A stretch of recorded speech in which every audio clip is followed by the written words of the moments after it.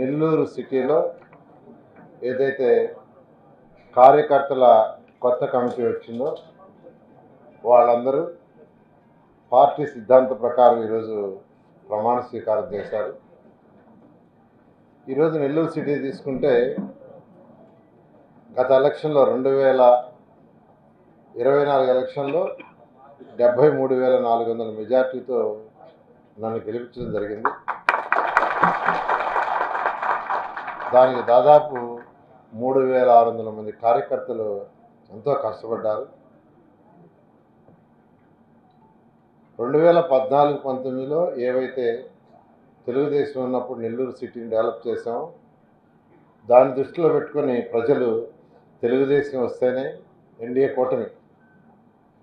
కూటమిలో భాగమైన తెలుగుదేశంని ఈ కాన్స్టిట్యున్సీలో గెలిపిస్తేనే మళ్ళా ఈ కాన్స్టిట్యున్సీ అన్ని విధాలా డెవలప్ అవుతుందనే ఉద్దేశంతో నన్ను 2024లో గెలిపించారు.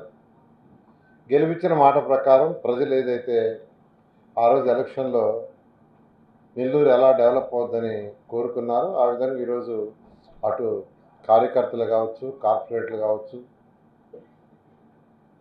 ప్రజలకు ఏది కావాలో వాటిని 1 by 1 చేసుకుంటూ వస్తున్నారు. ఖజానా ఖాళీ అయిపోయినా ముఖ్యమంత్రి గారికి ఉన్న అపారణతో ఈరోజు రాష్ట్రాన్ని ముందుకు తీసుకుపోతున్నా. అదే నేపథ్యంలో నెల్లూరుని కూడా నేను నెల్లూరు ఎమ్మెల్యేగా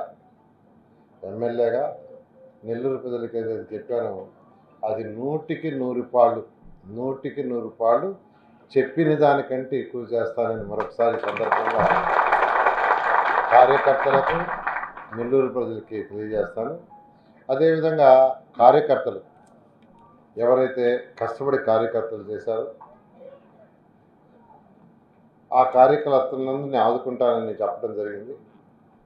దానికి వాళ్ళు కూడా నా వంతు అంటే మా కుటుంబం యొక్క పిల్లల యొక్క సంపాదనతో నేను ఎవ్రీ ఇయర్ ఒక 10 కోట్లు ఖర్చు పెడతానని మాట ఇచ్చాను.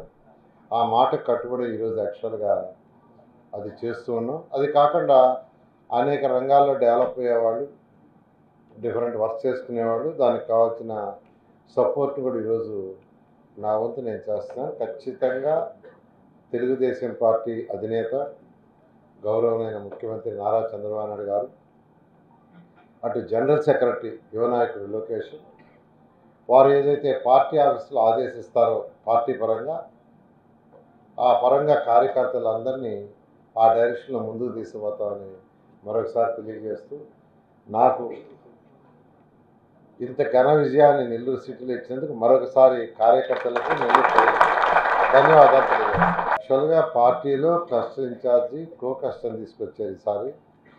అట్నే యూనిట్ కో యూనిట్ అని తీసుకొచ్చారు. అదేవిధంగా బూత్ కన్వీనర్, కో బూత్ కన్వీనర్ దాదాపు అంతకుముందు ఉన్న వాళ్ళకి ఆల్మోస్ట్ డబల్ అయ్యారు కార్యకర్తలు. ఆల్మోస్ట్ పార్టీలో అంత ఉన్న స్ట్రక్చర్ డబల్. అంతకుముందు క్లస్టరే ఉన్నారు, ఇప్పుడు కో క్లస్టర్ వచ్చారు ఎక్స్ట్రాగా. అంతకుముందు ఓన్లీ బూత్ కన్వీనర్ ఉన్నారు, ఇప్పుడు కో బూత్ కన్వీనర్ వచ్చారు. అంతకుముందు యూనిట్ ఉన్నారు, కో unit. Almost party structure double అయింది. చరిత్ర సృష్టించినోడు ఇప్పుడు ఆ చరిత్రని తిరగరాయబోతున్నాడు. అబద్ధాల గోడల్ని బద్దలు కొట్టి నిజాలను రాగా మీ ముందుంచబోతున్నాడు. నిజమైన వార్తల కోసం వెంటనే డౌన్లోడ్ చేసుకోండి రా యాప్ని.